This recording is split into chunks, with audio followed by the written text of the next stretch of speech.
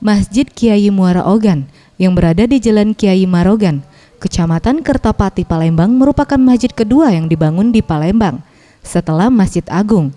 Masjid Kiai Marogan didirikan pada tahun 1310 atau 1890 Masehi oleh ulama Palembang yang sangat terkenal yaitu Ki Masagus Haji Abdullah Hamid bin Masagus Haji Mahmud. Masagus Fauzan Yayan, pengurus Yayasan Masjid Kiai Muara Ogan, mengatakan, selama Ramadan, kunjungan wisatawan ke Masjid Ki Marogan meningkat. Selain beribadah di masjid, para wisatawan berziarah ke makam Sang Kiai. Makam ini ditandai dengan 2 buah nisan dari batu andesit berwarna hitam. Tidak dibentuk layaknya menhir yang dipasang di atas makam bagian kepala dan kaki.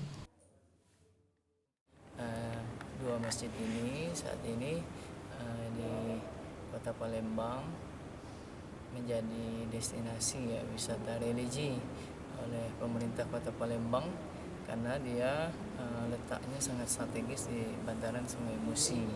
Ya, tapi selain itu masjid ini memang merupakan masjid tertua, ya. Jadi posisinya nomor 2 dan nomor 3 setelah Masjid Agung Palembang. Para peziarah yang datang bukan hanya dari Palembang, ada juga dari kota lain seperti Jambi, Bengkulu, Lampung, bahkan dari daerah Pulau Jawa yang memang sengaja datang untuk melihat serta beribadah di Masjid Kiai Muara Ogan. Tim Liputan Sriwijaya TV.